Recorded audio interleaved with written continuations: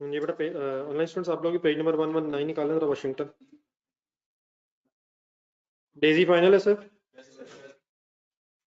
चलिए जी बिस्मिल्लाह पढ़े। वाशिंगटन के वाले से चंद बातें सुना दें, चंद सुन लें। रिक्वायरमेंट क्या है जी?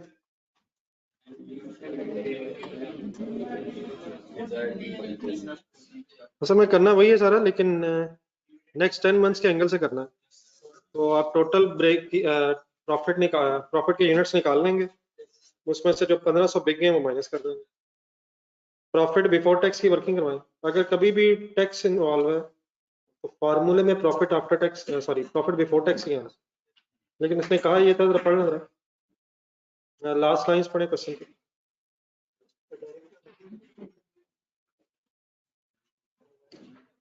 हमने ये बताना था कि अगर डिविडेंड देना है, डिजायर्ड डिविडेंड देना चाहते हैं, तो हमें रिमेनिंग 10 मंथ्स में कितने यूनिट्स बेचने पड़ेंगे। तो डिविडेंड कितना देना है, पहला सवाल तो ये आता है। 5% दिया तो हुआ है, लेकिन अपना फाइनेंशियल अकाउंटिंग का जरा नॉलेज ध्यान में लाएं। ये जो डिविडेंड का रेट होता है हमेशा शेयर कैपिटल से मल्टीप्लाई होता है, which is at the time of declaration of dividend. तो फर्स्ट पैराग्राफ में जाए, कैलकुलेटर पकड़ना जरा।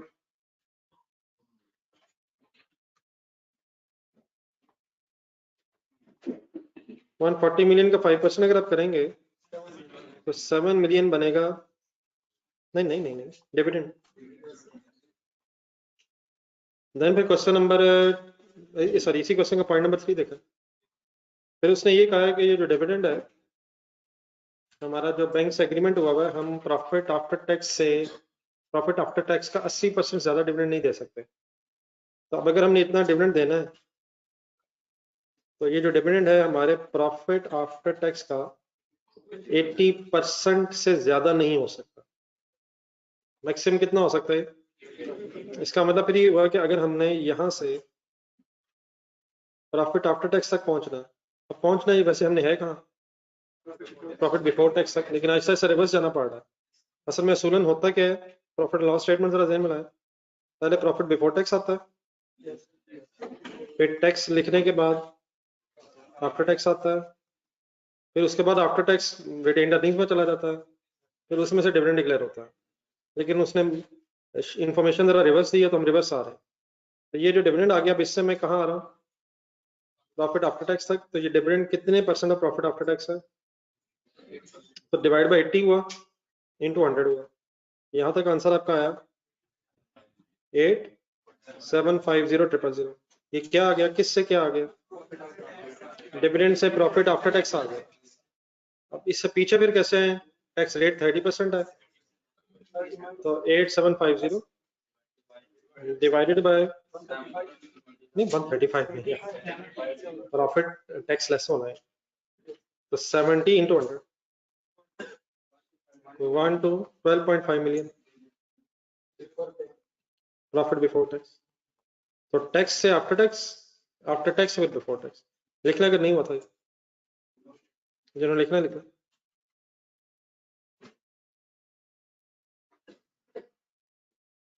प्लीज लिख लें सर।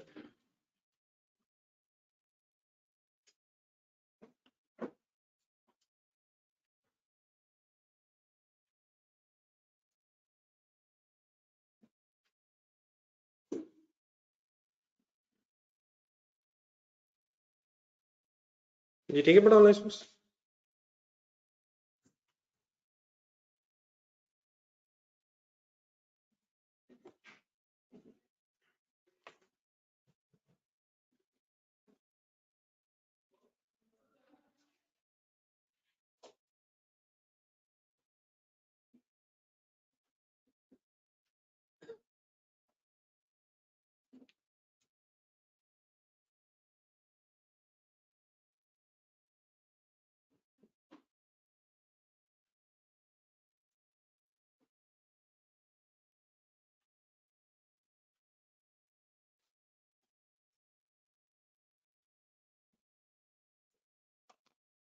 ये बेटा बड़ा इशू है, लेक्चर्स आप लोगों के पीछे रह जाते हैं, ये तो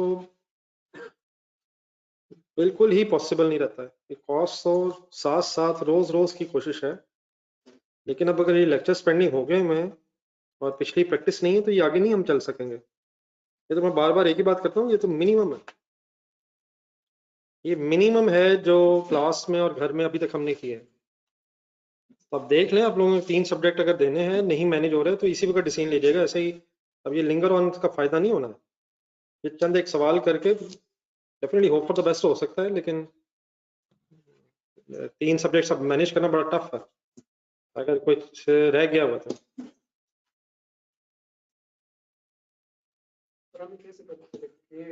नहीं एक मिनट, वो नहीं, वो तो पढ़ने में 3 लिखा हुआ है।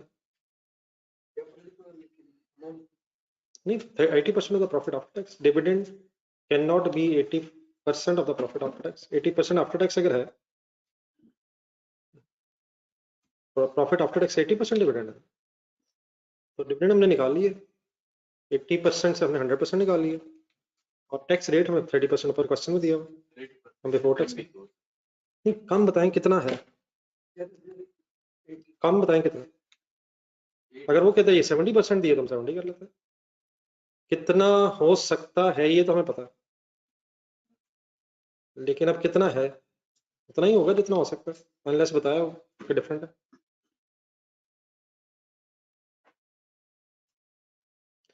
एट्टी नहीं है, बताएं कितना है, फिर बताएं ना, हुक्म करें ना कितना है।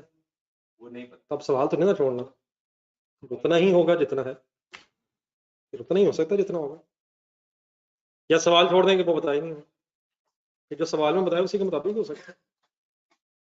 देन सर इसके बाद आप फॉर्मूले की तरफ आ जाए। फिक्स कॉस्ट निकाल दी, वो तो सिंपल है यार, वैसे जमा ही होनी थी। 30.7 मिलियन है प्लस, बड़ा ये टैक्स अगर इन्वॉल्व है ना तो प्रॉफिट बिफोर टैक्स होना है डिवाइडेड बाय ये कंट्रीब्यूशन पर यूनिट, मेरा ख्याल है बस वर्किंग होनी चाहिए। नहीं, सेल प्राइस पर यूनिट लिखवा दो, वो चेंज हो गई है लेकिन साल के शुरू से ही हुई है, पूरा साल ही नहीं रही है। बजटेड क्या थी, 10,000 थी बजटेड। वेरिएबल कॉस्ट के 2 हिस्से हो जाएंगे, लेकिन अलग अलग ही करना पड़ना है। कॉस्ट ऑफ सेल वाली जो वेरिएबल उसमें इजाफा भी है शायद। अच्छा, एग्जिस्टिंग यूनिट्स बता देना कितने थे बजट में, ये निकला 168 मिलियन डिवाइड बाय 10,000। देख रहे हैं कोई और वर्किंग की जरूरत है, करवा दें रहे। वेरिएबल कॉस्ट ऑफ सेल कैसे निकाला, नहीं फिगर कैसे सॉल्व करें। 127 मिलियन है, उसमें फिक्स निकल आई गिवन है, डिवाइडेड बाय कितने, 16,800 कैसे आया, 168 मिलियन है और 10,000 यूनिट्स हैं, तो sorry 10,000 per unit sale price है, तो 16,800 यूनिट्स का डाटा है। और 1.05 कहाँ से आया, पॉइंट नंबर 1 का लास्ट पॉइंट है, लेकिन वेरिएबल ऑपरेटिंग कॉस्ट में शायद चेंज नहीं आया, सिर्फ बताया हुआ कॉस्ट ऑफ सेल में आया। तो वेरिएबल ऑपरेटिंग कॉस्ट कैसे आ जाएगी, 16 million minus 4.5 million divided by 16,800। आपको कंट्रीब्यूशन पर यूनिट बनानी है, डाटा अवेलेबल है यूनिट्स का, फिगर्स लिखवा दूंगा। 6613 2.5 हो गए, दूसरा 684 2203।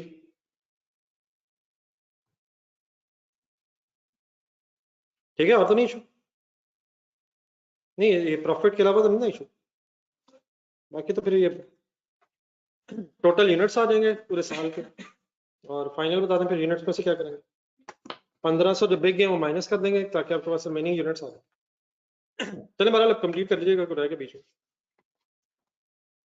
क्वेश्चन नंबर 10 एक नजर ढूंढना, पेज नंबर 16 पर। एबीसी तो कल मेरा हो गया लास्ट बार, एबीसी कंप्लीट हो गया, नहीं सॉरी 10 नहीं 11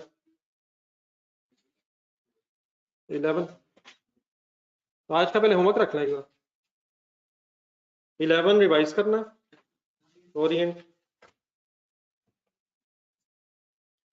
पता है क्वेश्चन में दिया 1.05, पॉइंट नंबर 1 के एंड में दिया वेरिएबल कॉस्ट ऑफ सेल में 5% इजाफा होना।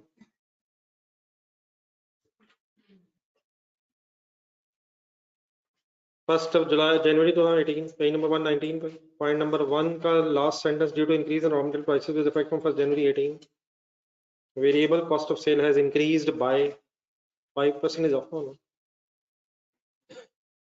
पेज नंबर ढूंढना आपने 4, सबसे पहले आपने पेज नंबर 16 है, पेज नंबर 16 पे क्वेश्चन नंबर 11 रिवाइज करना है और एक अच्छी सी एफर्ट स्टार्ट करनी है।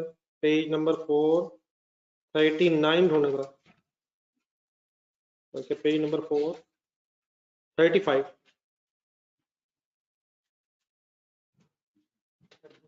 पेज नंबर 435 एक रियो के नाम से, नहीं दूसरा वाला क्वेश्चन नंबर 4, रियो वाला जो क्वेश्चन है काइंडली किसको रिवाइज करके किस तरफ आना है,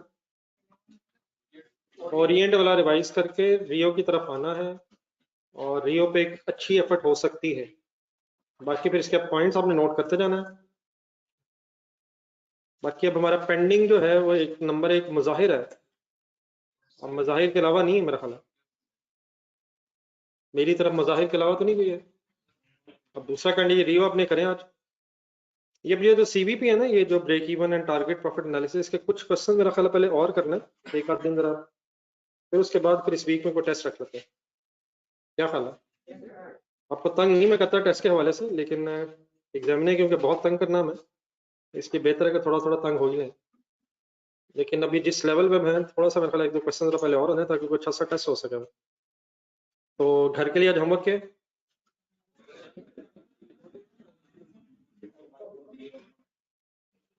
मीन वाइज पेज नंबर निकालें 110, ये मतलब मिलती जुलती एक चीज आप बीच में ऐड कर लें। पेज नंबर 110,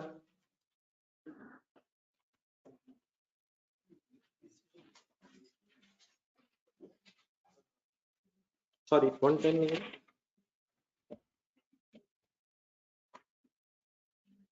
सॉरी वापस आएगा पेज 56 है शायद, जस्ट अ मिनट, वो तो टेस्ट है वहां पर जी। मेरे ख्याल पुरानी बुक में नहीं है क्वेश्चन, हाँ जी पेज नंबर 56 है। बिजनेस की मैनेजमेंट बनना अपना, मैनेजमेंट का काम होता है बिजनेस के डिसीजंस लेना।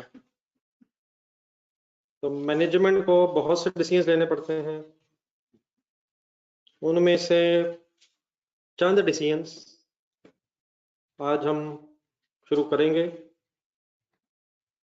तो मैनेजमेंट बन के आपने सोचना है, फैक्ट्री आपकी, बिजनेस आपका है, तो डिसीजन मेकिंग कैसी है, किन चीज़ों को कंसिडर करना चाहिए किसको नहीं, ये समझने के लिए उसके नीचे फॉरन एक हेडिंग लिखी हुई है प्रोडक्ट, ऊपर स्टार्ट में product abandoning decisions. Product abandoning decisions का मतलब ये है कि फॉर एग्जांपल एक से ज़्यादा प्रोडक्ट्स बन रही हैं और उसमें से कोई एक या एक से ज़्यादा प्रोडक्ट्स लॉस में है, मतलब उन्हें बना के बेचा जाए तो लॉस हो रहा है। तो क्या अगर किसी प्रोडक्ट को बना के बेचते हुए लॉस हो रहा हो तो उसे बनाना छोड़ दें? नहीं, मतलब यस या नो, ये डिसीजन कर, ये यस या नो कैसे होगा वो तो हमने पढ़ना। फॉर एग्जांपल एक सिचुएशन अब ये फेस कर रहे हैं कि आपकी एक से ज़्यादा प्रोडक्ट्स बन रही हैं बिजनेस में और कुछ प्रोडक्ट्स उसमें प्रॉफिट में है, कुछ लॉस में है। डेफिनेटली जो प्रोडक्ट्स प्रॉफिट में है उनको तो बंद करने की बहस नहीं है, लेकिन क्या जो लॉस मेकिंग प्रोडक्ट्स हैं उन्हें बनाना छोड़ दिया जाए? चलिए ठीक है सर, लेकिन अभी इसका फैसला होना है। Secondly before we start the discussion, इस वक्त ये बात नहीं हो रही कि क्या बिजनेस चलाना छोड़ते हैं या नहीं। एक फैसला ये भी हो सकता है कि बिजनेस लॉस में जा रहा है, अकॉर्डिंगली फिर बिजनेस का भी तो डिसीजन लेना चाहिए कि क्या इसे चलाते रहे इसे बंद करें। वो डिसीजन लेकिन इस वक्त नहीं है। हमारा डिसीजन इस वक्त क्या है, एक से ज्यादा प्रोडक्ट्स हैं, अल्हम्दुलिल्लाह कुछ प्रोडक्ट्स प्रॉफिट में, लेकिन कोई एक या एक से ज्यादा प्रोडक्ट अगर लॉस में है तो क्या लॉस मेकिंग प्रोडक्ट बनाते रहें या उसे बनाना छोड़ दें, ये फैसला करने के लिए हम ये पेज पढ़ने लगे। तो ठीक है, आप लोग सही कह रहे हैं, लेकिन उसमें शायद एक चीज फर्दर ऐड होने की जरूरत है। आपके पास एक सिनेरियो बना हुआ, पेन पकड़ लें, हाथ में कैलकुलेटर्स की जरूरत पड़े, शायद लिखा हुआ पेज नंबर 56 पे हमें। आसान सी शायद वैसे कोई इतना टफ नहीं है, लेकिन ये सारी डिस्कशन हमारे सामने आएगी वंस अगेन ये मार्जिनल कॉस्टिंग एंगल से। ये मींस जरा जो डाटा अरेंज हुआ देखें जरा किन हेडिंग्स के साथ अरेंज हुआ। सबसे पहले क्या लिखा नजर आ रहा है, आगे ABC का मतलब 3 प्रोडक्ट्स हैं और फिर एक उनका सम हुआ हुआ, सेल, वेरिएबल कॉस्ट, कंट्रीब्यूशन। अगर वेरिएबल कॉस्ट के साथ नहीं लिखा हो तो ये टोटल होगी, और कंट्रीब्यूशन के साथ नहीं लिखा तो ये नेट होगी। फिक्स कॉस्ट टोटल होगी, और प्रॉफिट या लॉस कैलकुलेट हुआ हुआ। अल्हम्दुलिल्लाह प्रोडक्ट ए प्रॉफिट में है, प्रोडक्ट सी भी प्रॉफिट में है, प्रोडक्ट बी लॉस। लेकिन थोड़ा जरा और डिटेल में देखना है, सेल में से वेरिएबल कॉस्ट जब लेस हुई तो कंट्रीब्यूशन तीनों की पॉजिटिव है, लेकिन जब फिक्स कॉस्ट एलोकेट हुई प्रोडक्ट्स पे तो देन फिक्स कॉस्ट का जो शेयर बना प्रोडक्ट बी से रिलेटेड वो उसकी कंट्रीब्यूशन से 10 ज्यादा बना, देयरफॉर नेट एक लॉस कैलकुलेट हो गया। What is the fix cost of the business as a whole? 330. What is the contribution of the business? 510. What is the total profit of the business? 180. अब product be loss में, क्या product B बनाना abandon कर दें? नहीं, एक सवाल है, क्योंकि लॉस है। ए और सी में ये बात मैं क्यों नहीं कर रहा? अल्हम्दुलिल्लाह प्रॉफिट में कोई अल्लाह ना करे। तो let's assume for sake of discussion के फॉर एग्जांपल हम ये डिसीजन लेते हैं कि प्रोडक्ट बी को नहीं बनाना। अगर प्रोडक्ट बी नहीं बनाएंगे तो सेल किस किस की रह जाएगी? कितनी कितनी? कैलकुलेटर जरूर रखिएगा आसपास, वर्किंग सिंपल ही है लेकिन कर लीजिएगा। सेल रह जाएगी ए और सी की 850। वेरिएबल कॉस्ट किसकी क्यों खत्म हो जाएगी? अगर उसे नहीं बनाएंगे तो बी की वेरिएबल कॉस्ट खत्म हो जाएगी। वेरिएबल कॉस्ट होती क्या है? जो वेरी करेगी। और अगर हम बी बना ही नहीं रहे तो बी की वेरिएबल कॉस्ट खत्म हो जाएगी। किस किस की मीनिंग एज इट इज रहेगी? It means 450, sorry 430। बिजनेस की कंट्रीब्यूशन फिर कितनी रह जाएगी? कैसे? प्लस भी कर सकते हैं, 200 प्लस 220, और अगर फिगर सॉल्व करना चाहे तो 850 माइनस 430।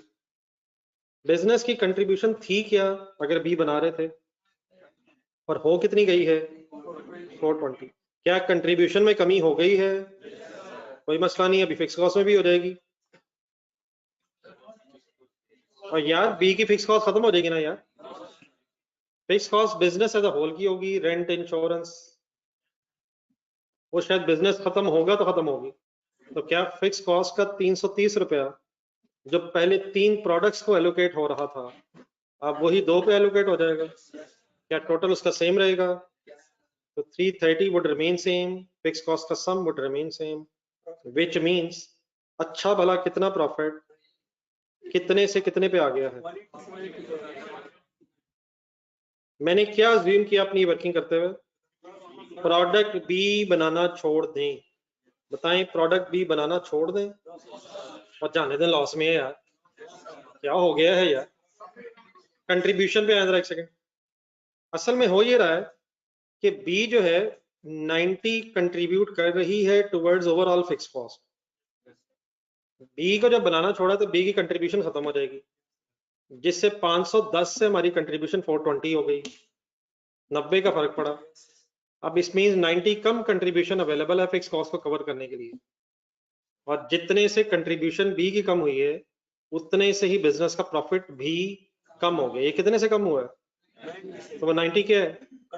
कंट्रीब्यूशन। असल फिक्स कॉस्ट का सम सेम रहने से कंट्रीब्यूशन कम अवेलेबल हो गई है, देयरफॉर फिर बिजनेस का प्रॉफिट 180 से कम होके 90 रहेगा। कितने से कम हुआ? और वो 90 क्या है? Contribution, positive contribution of B. क्या बी बनाना छोड़ दें मैंने भी जवाब कोई फाइनल नहीं दिया, मेरा जवाब सुनने से पहले आप इस तरह करें, नीचे सिनेरियो बी में है, एक डाटा पहले और साथ शामिल कर लो। सिनेरियो बी में भी 3 प्रोडक्ट्स हैं, ABC, sale, variable cost, contribution, fix cost, profit. Profit जरा ढूंढे, ए बी अल्हम्दुलिल्लाह प्रॉफिट में है, अब इस केस में सी लॉस में है। कंट्रीब्यूशन पे वापस जाएं, 120 कंट्रीब्यूशन है ए बी की। नई चीज ये है कि सी से, सिनेरियो बी में सी से अपनी वेरिएबल कॉस्ट भी कवर नहीं हो रही। वेरिएबल कॉस्ट सी की ज्यादा है और मार्केट में हम प्रोडक्ट सी को उतने पे भी नहीं बेच पा रहे कि कम से कम वेरिएबल कॉस्ट ही कवर हो सके। नेगेटिव कंट्रीब्यूशन है और ओवरऑल तो लॉस होना ही था, क्योंकि जब फिक्स कॉस्ट का शेयर आया है तो कंट्रीब्यूशन नेगेटिव में 50 नेगेटिव ऐड होके 70 का ओवरऑल लॉस हो गया। क्या सी बनाना छोड़ दें? क्यों? ऊपर तो कह रहे थे अपनी, एक वर्किंग कर लेते, लेट्स अज्यूम सी बनाना छोड़ते हैं। सेल किस किस की कितनी कितनी रह जाएगी?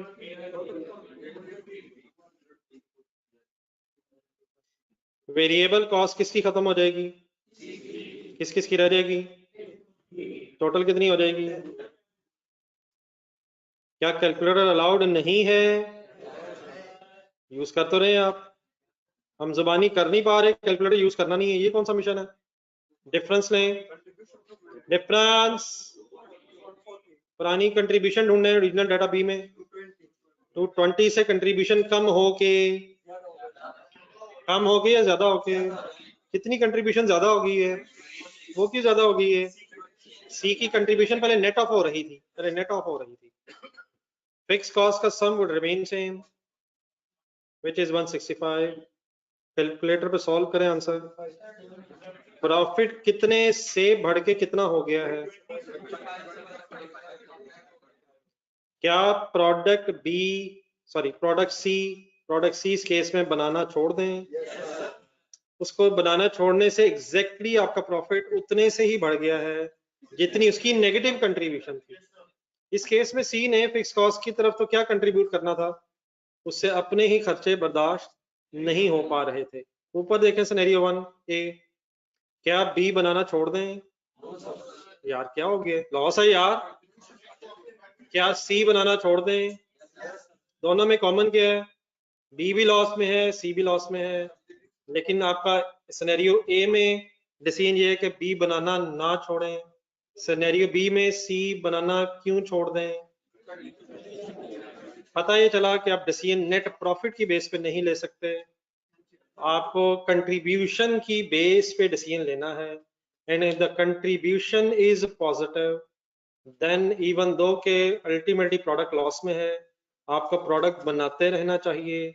और अगर लेकिन कंट्रीब्यूशन ही नेगेटिव हो जाए तो फिर उसको बनाना खत्म कर देना चाहिए। Decision should not be on the basis of net profit, decision should be on the basis of contribution. बहरहाल मेरी सारी बहस का ये मतलब नहीं है, जरा सिनेरियो ये देखें। Definitely we should make an effort कि किसी तरह प्रोडक्ट बी भी प्रॉफिट में आए, लेकिन अगर वो खुदा ना खासा ना भी आ सके और कंट्रीब्यूशन पॉजिटिव है तो देन उसको इवन देन उसको बनाते रहना चाहिए, क्योंकि उसकी पॉजिटिव कंट्रीब्यूशन कुछ ना कुछ फिक्स कॉस्ट को कवर कर लेगी। लेकिन सिनेरियो बी, अगर कंट्रीब्यूशन ही नेगेटिव हो जाए तो फिर भी कोशिश पहले कर लें, अगर कर सकते हैं कि किस तरह कंट्रीब्यूशन पॉजिटिव हो जाए, लेकिन अगर वो आपके बस में नहीं है और कंट्रीब्यूशन नेगेटिव है तो फिर इसको बनाना छोड़ ही देना चाहिए। तो decision of product abandoning should not be on the basis of profits, this should be on the basis of contribution। Positive है तो बनाते रहें, नेगेटिव हो गई है तो प्रोडक्ट को अबेंडन कर देना ही बेहतर है। मैंने जो कहा कंक्लूजन की आखिरी लाइन जरा पेज पे लिखी हुई है, पढ़ना जरा। We should abandon the product only if it shows negative contribution, otherwise continue producing it। पूरा पेज आपके सामने है, आगे जाने की बजाय एक दफा दोबारा देख लें, इर्द गिर्द और भी लाइनें बीच में लिखी हुई हैं, कोई कंफ्यूजन लेके आगे ना चाहिए। अगर फिक्स कॉस्ट कम कर सकते हैं तो कर लें, लेकिन फिक्स कॉस्ट प्रोडक्ट से रिलेटेड नहीं होती है, वो बिजनेस ऑफ द होल से रिलेटेड होती है। तो कर लें, कर सकते हैं तो, लेकिन उस फिक्स कॉस्ट का total unless we have other information remain same, उसका प्रोडक्ट से ताल्लुक नहीं है। और अगर प्रोडक्ट से ताल्लुक है तो वो भी हो सकता है वो फिर स्पेसिफिक फिक्स कॉस्ट होती है, वो इंशाल्लाह आगे चल के बात करेंगे। अभी तक हमें क्या पता है कि फिक्स कॉस्ट का टोटल सेम रहता है, यूनिट्स कम ज्यादा होने से फिक्स कॉस्ट के टोटल पे इफेक्ट नहीं होता, unless of course we have other information, वो इंशाल्लाह इससे सब बात करेंगे। ये ऑनलाइन स्टूडेंट्स क्लियर है नहीं?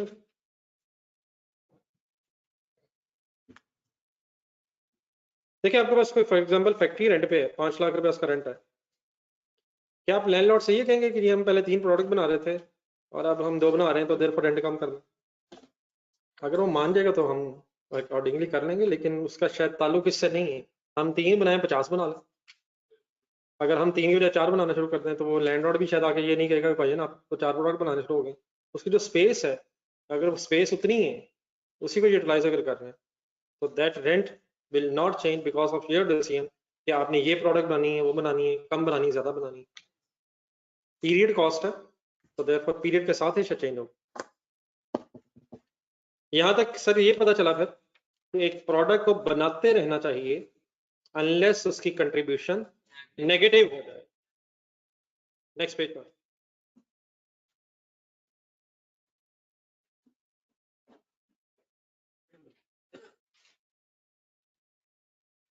कंट्रीब्यूशन अगर नेगेटिव है तो फिक्स कॉस्ट उसमें प्लस हो जाएगी और देयरफॉर प्रॉफिट डेफिनेटली नहीं हो सकता, फिर लॉस ही होगा।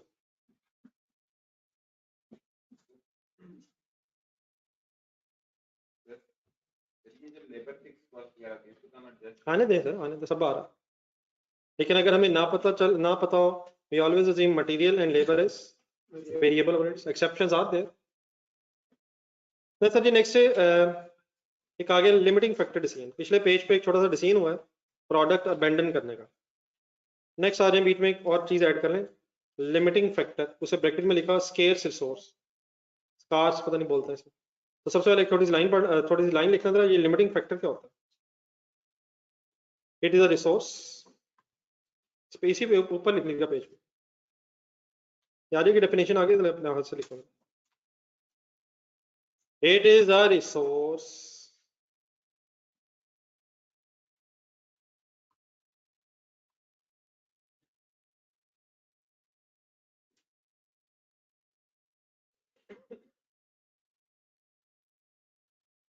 which is required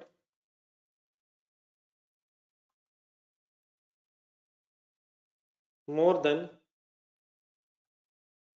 what is available।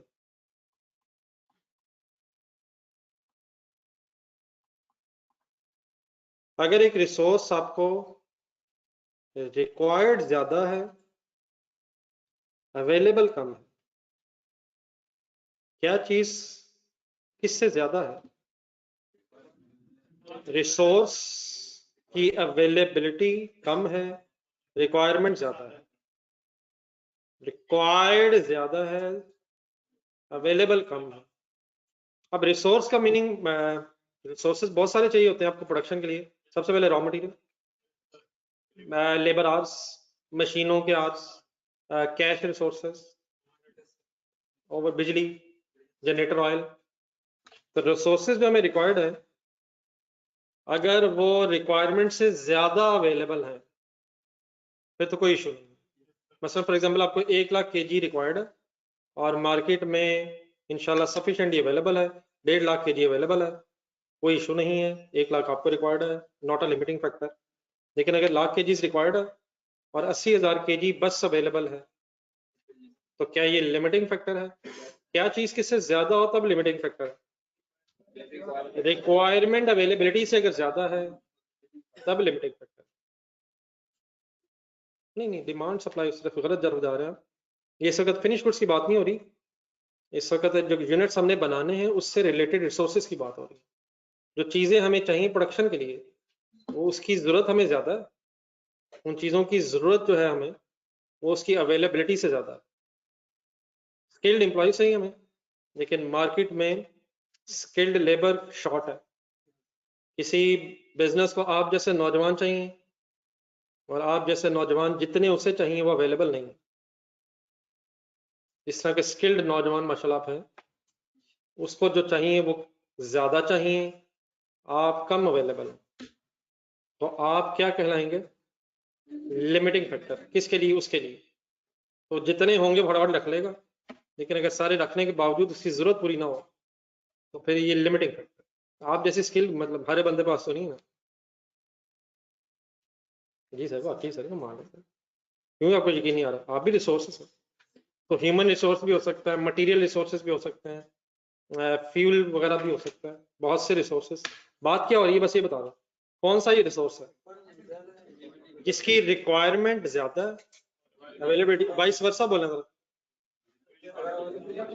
Availability ज्यादा है रिक्वायरमेंट कम है, कोई इशू नहीं है, कोई कंस्ट्रेंट नहीं है, कोई लिमिटिंग फैक्टर नहीं है। लिमिटिंग फैक्टर कब होता है? रिक्वायरमेंट ज्यादा हो जाए। अब अनेक सिनेरियो करते हैं। Sale price per unit, variable cost per unit, contribution per unit पे एक मिनट रुक जाए। 3 प्रोडक्ट्स हैं एबीसी, तीनों प्रोडक्ट्स की कंट्रीब्यूशन पे नजर रखें। तीनों की पॉजिटिव है, तीनों के पॉजिटिव है सर, ठीक ठाक पॉजिटिव है सर। पिछले पेज पे क्या पढ़ा हमने? क्या तीनों बनाने चाहिए? क्या एबीसी तीनों बनाने चाहिए सर? क्यों? कंट्रीब्यूशन पॉजिटिव है। कितनी बनानी चाहिए? नेक्स्ट लाइन पे जितनी डिमांड। क्या ख्याल है? क्या तीनों प्रोडक्ट्स बनानी चाहिए? कंट्रीब्यूशन पॉजिटिव है। आखिर कितनी बनानी चाहिए? जितनी डिमांड। अब ये भी नहीं कि बनानी चाहिए, बनाई जाए स्टोर में रखी जाए रखी जाए रखी जाए, बिक नहीं रही, क्या बना के बेचनी भी है? तो कितनी बनाएं? जितनी डिमांड है हम बेच सकते। तीनों की कंट्रीब्यूशन पॉजिटिव है, हमें तीनों बनानी चाहिए। कितनी कितनी? 10,000, 20,000 और 9,000। नेक्स्ट लाइन अंडरलाइन करें। If there is no constraint then produce all products up to demand, bracket में लिखें। अगर कोई कंस्ट्रेंट नहीं है, तीनों की कंट्रीब्यूशन पॉजिटिव है, कितना प्रोड्यूस करें? जितनी डिमांड है। डन है। लेकिन बीच में अब नई चीजें में यहाँ तक जितनी बातें हुई शायद पिछले को लिंक कर रहा हूं मैं। तीनों की कंट्रीब्यूशन पॉजिटिव है, डिमांड के मुताबिक बनाते चले जाएं। However, suppose there are only, underline कर लें, 1 lakh machine hours available and machine hours per unit required are as follows. कितने मशीनों के घंटे अवेलेबल हैं? हमारे पास जो मशीनें लगी हुई हैं, सपोज वो सिर्फ ड्यूरिंग द काउंटिंग पीरियड 1,00,000 घंटे चल सकती हैं, और हमारे एक यूनिट को बनाने के लिए, ए बी सी के एक यूनिट को बनाने के लिए जो घंटे रिक्वायर्ड हैं वो नीचे लिखे हुए हैं। एक एक कितने घंटे रिक्वायर्ड हैं? 4 आवर्स पर यूनिट। बी बोलें, ये आवर्स पर यूनिट है जी। एक अगर एक यूनिट बनाना है तो 4 घंटे रिक्वायर्ड है। बी का एक यूनिट 2.5 आवर्स लेगा, और सी का एक यूनिट 3 आवर्स लेगा। How much time is available? थोड़ी सी वर्किंग करवाया था। Available machine hours 1 lakh, required machine hours, ऊपर क्या डिसीजन हुआ अभी? क्या सारे यूनिट्स बनाएं? ए बनाएं, बी बनाएं, ए भी बनाएं, बी भी बनाएं, सी भी बनाएं? कितना कितना बनाएं? तीनों की कंट्रीब्यूशन पॉजिटिव है, कितनी कितनी बनाएं? एक एक कितने यूनिट्स बनाएं? एक यूनिट को बनाने में कितना टाइम चाहिए? तो 40,000 घंटे तो चाहिए ए के 10,000 यूनिट्स बनाने में। बी के कितने यूनिट्स की डिमांड है? मल्टीप्लाइड बाय 2.5, कैलकुलेटर अलाउड है। 50,000 घंटे किसने ले जाने हैं? सी के कितने यूनिट्स रिक्वायर्ड हैं? एक यूनिट को कितना टाइम लगना है? 27,000 घंटे ये हो जाएंगे। प्लीज कैलकुलेटर पकड़ें। अवेलेबल मशीन आवर्स कितने हैं? रिक्वायर्ड कितने हैं? क्या ये मशीन आवर्स लिमिटिंग फैक्टर है? लिमिटिंग फैक्टर कब होता है? रजिस्टर खोलें, ये यहां से ऑनवर्ड थोड़ा सिनेरियो जरा लिख के करना है काइंडली। ये जो मैंने वर्किंग लिखी है काइंडली अपने रजिस्टर पे नोट करना शुरू करें।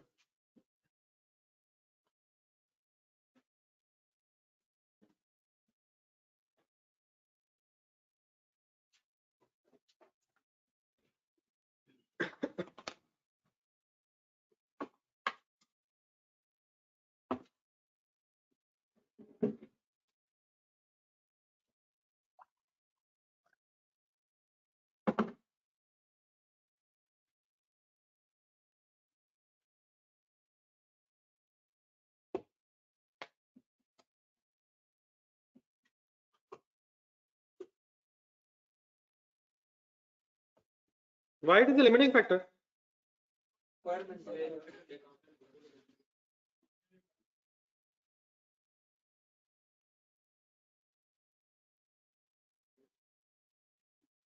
Every factor will be a limiting factor. When a factor will be a limiting, ये वर्ड्स क्लियर हैं जी? रिक्वायरमेंट, ट्रांसलेशन करें इसकी रिक्वायरमेंट, जरूरत, जरूरत और अवेलेबिलिटी। ठीक है इंग्लिश में मतलब नहीं, मतलब उर्दू जरूरी नहीं है, मतलब समझ आ रहा ना। अवेलेबल, रिक्वायर्ड,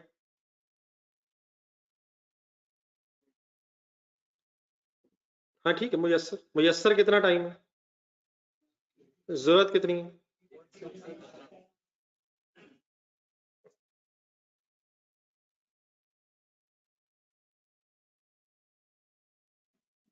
क्या रिक्वायरमेंट हमेशा ज्यादा ही नहीं होती?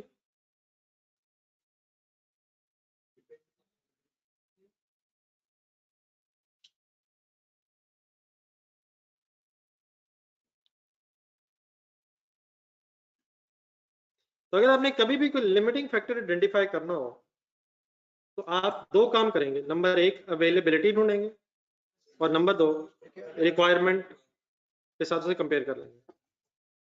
और अगर क्या ज्यादा हुआ, रिक्वायरमेंट ज्यादा हुई, तो लिमिटिंग फैक्टर बन जाएगा। अब यहाँ डेटा लिखा पेज 57 है जी, सारा फोकस हमारा पेज 57 पे, उसके स्टार्ट में चले जाए। देखिए सूलन तो प्रोडक्ट ए, बी और सी तीनों के 10,000, 20,000 और 9,000 यूनिट्स बनने चाहिए, क्योंकि तीनों की कंट्रीब्यूशन पॉजिटिव है। लेकिन अब बीच में आ गया लिमिटिंग फैक्टर।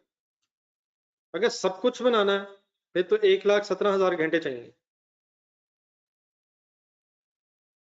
लेकिन हमारे पास टाइम कितना अवेलेबल है? मशीनें जो अवेलेबल है उनका, वो हमें सिर्फ 1,00,000 घंटे दे सकती हैं। तो अब हमें मजबूरन प्रायोरिटाइज करना पड़ेगा। 3 प्रोडक्ट्स हैं, क्यों प्रायोरिटी की तरफ जाना पड़ेगा? क्योंकि सब कुछ हम बना सकते हैं। अब आपका आपका बिजनेस है, आपकी फैक्ट्री है, आप जरा खुद से डिसीजन लें पहली 2-3 लाइनें देख के कि आपका ध्यान कहाँ जाता है। बी पे, बी पे सर, बी पे कब जाता है? अपने, मैंने कहा अपना पेज देख के काइंडली, अपना पेज देख के डिसीजन लें।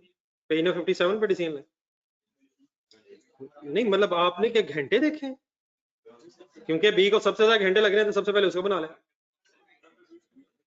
क्या ये फैसला से होना चाहिए कि सी को सबसे पहले बनाए, उसके सबसे घंटे कम है? ए को, बी को सबसे एंड में बनाए, उसको घंटे ज्यादा लग रहे हैं। सबसे पहले क्या देखें? कमाई देखें यार, कमाई देखें। ए को देखें, एक एक यूनिट कितने रुपीस कंट्रीब्यूट करेगा, बी का कितने करेगा, सी का कितना करेगा। तो अगर तो कोई मसला ना, तीनों बड़े अच्छे लग रहे हैं, लेकिन अगर मसला है तो सबसे ज्यादा अच्छा कौन लग रहा है? ए, फिर सी, फिर बी। ये रैंक करना पड़ रहा है। तो लिखें थोड़ी सी रैंक, हेडिंग लिखें रैंकिंग। क्या मतलब ranking? 1 to 3 numbering. What is the first ranking? किसकी फर्स्ट रैंकिंग? सबसे पहले किसे बनाना चाहिए? ए को। क्यों? हाईएस्ट कंट्रीब्यूशन है। फिर किसकी तरफ? सी को। फिर किसकी तरफ? बी को। अगर बचे कुछ रिसोर्सेज तो बी को लगाएंगे। ए और सी पहले प्रायोरिटी पे, रिसोर्सेज बचे, टाइम बचा तो यकीनन देंगे बी को। जैसे आपके 3 सब्जेक्ट्स हैं, आप उसे, आपने कल रैंक किया होगा, मेरे पास सिर्फ 24 घंटे पढ़ाई के लिए, तो मैं सबसे ज्यादा टाइम किसे लगाऊं? फिर किसे, फिर किसे? नहीं वो तो ठीक है, मतलब आपने प्रायोरिटाइज किया होगा, असल में टाइम शॉर्ट था, सिर्फ 24 घंटे थे यार, लिमिटिंग फैक्टर था ये। आप मुसलसल 48 घंटे कम से कम पढ़ना चाह रहे थे, लेकिन एक दिन में थे ही अवेलेबल नहीं। तो इंसान भी जिंदगी में इस तरह प्रायोरिटाइज करता है। हमें क्यों करना पड़ा वापस आने, वो मुश्किल सवाल है। हमें ये सब कुछ क्यों करना पड़ा? लिमिटिंग फैक्टर की वजह से। देन हेडिंग लिखें। अब कंसंट्रेट कीजिएगा, थोड़े थोड़े काम हो गए, यही सवालों में होना है। नेक्स्ट है utilisation of machine hours according to ranking.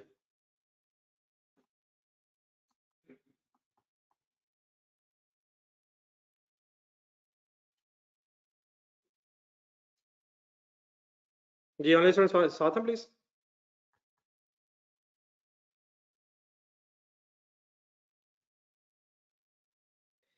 Utilisation of machine hours according to ranking का मीनिंग समझने के लिए 1 मिनट बोर्ड पे देखें और फिगर्स बस ढूंढ दीजिए अगर मैं पूछूंगा। सबसे पहली प्रायोरिटी है किसकी? अब इसमें करना हमने ये है कि अवेलेबिलिटी है 1 लाख आवर्स। अब इस रैंकिंग की बेस पे ये आवर्स यूटिलाइज होंगे 1 lakh machine hours.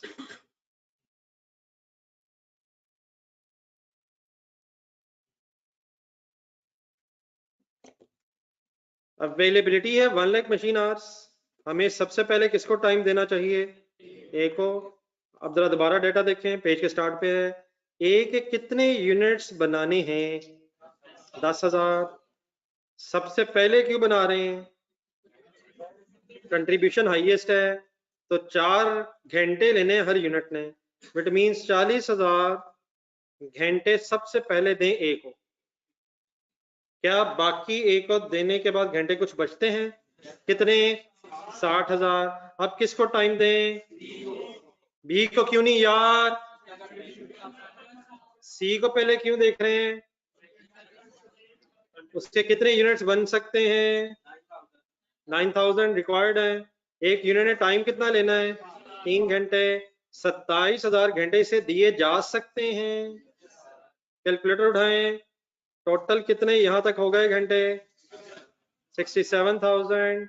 Total available हैं कितने? कितने बचे हैं? 33,000 अभी भी किसके लिए लगाए जा सकते हैं? बी के लिए इस्तेमाल हो सकते हैं। लेकिन बी के टोटल यूनिट्स कितने हैं? कैलकुलेटर पकड़ें, 20,000 लिखें, 20,000 1 मिनट लिखें, मल्टीप्लाइड बाय 2.5 करें। टोटल बनाने के लिए चाहिए कितने हैं? 50,000। लेकिन 50,000 घंटे तो अवेलेबल नहीं है, लेकिन क्या कुछ ना कुछ प्रोडक्शन हो सकती है? एक यूनिट को टाइम कितना चाहिए?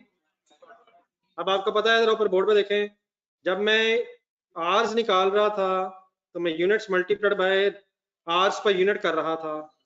क्या मैं रिवर्स वर्किंग भी कर सकता हूँ? अब 33,000 आवर्स हैं, एक यूनिट को बनाने में 2.5 आवर्स चाहिए। 33,000 घंटों में हम कितने यूनिट बना सकेंगे? वर्किंग कैसे करूं यार? गेम फिर इधर ही फंसनी है और फंसनी नहीं चाहिए वैसे। आंसर बताएं। 13,200। यकीनन 20,000 बना के बेचे जा सकते थे, लेकिन because of the limiting factor और because of this ranking B के बस 13,200 यूनिट्स बन सकेंगे। वर्किंग लिखें।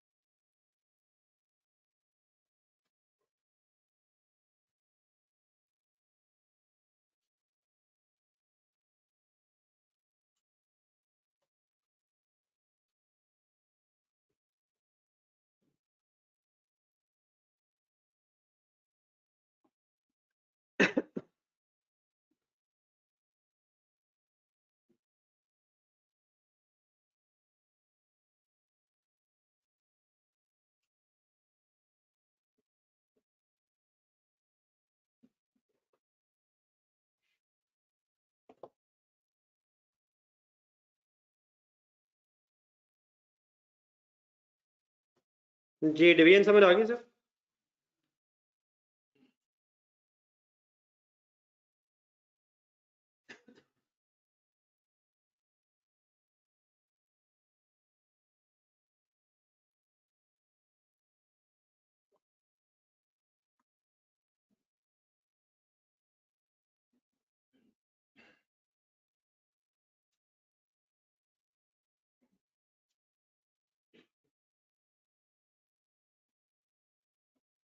जी नोटेड है प्लीज।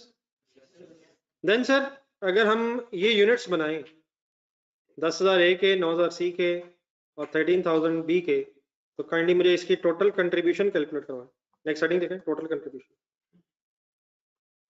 हम ये यूनिट्स बना के कितने रुपए कंट्रीब्यूशन के जनरेट कर सकते हैं? एक स्टेप करवा दें, बाकी पे लिख लीजिएगा। रेडी? एक एक कितने यूनिट अब हम बनाएंगे? 10,000। एक यूनिट की कंट्रीब्यूशन होने कहीं 475। आंसर आ जाएगा, आंसर की कोई कर्ज नहीं मुझे। एक और करवा दो। बी के कितने यूनिट हम बना सकेंगे? ये बी मैंने पहले क्यों लिख दिया, मुझे तो सी लिखना था। आई होप कि ये कोई बहस नहीं, को पहले बी लिखना है या सी लिखना है। मसलन जरा बताएंगे बी के मैं कितने बना सकूंगा? फंस गए सारे, वहां तो सी लिखा है, सब साथ है, हद से ज्यादा खौफ तो नहीं है, थोड़ा थोड़ा खैर है। 13,200 हम बना सकेंगे बी के। एक यूनिट कंट्रीब्यूट कितना करेगा? 374। सी के कितने यूनिट्स हम बना सकते हैं और उसका एक यूनिट कंट्रीब्यूट करेगा? 463। आप लोग लिखें, सॉल्व करें, मुझे बस टोटल बता दो, कंप्लीट करना। लिख लेंगे, 16 पॉइंट नहीं होगा, कर ले लिख कर आराम से करें।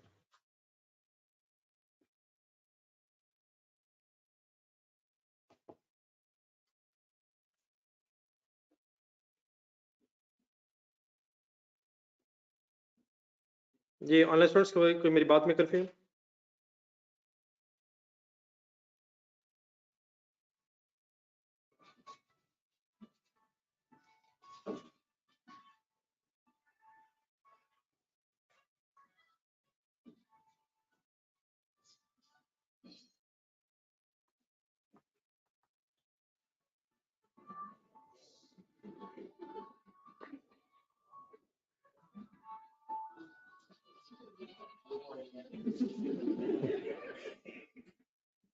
सर जी आपको क्या है कि हम गुनाहगार भी नहीं होना चाह रहे कुछ, आपकी मेहरबानी। सॉल्व करें सर जी, सॉल्व करें, फिकर काफी इंजॉयमेंट हो गई।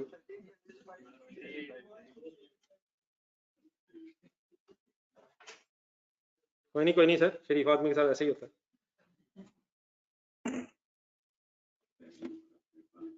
नहीं कोई मसला सर।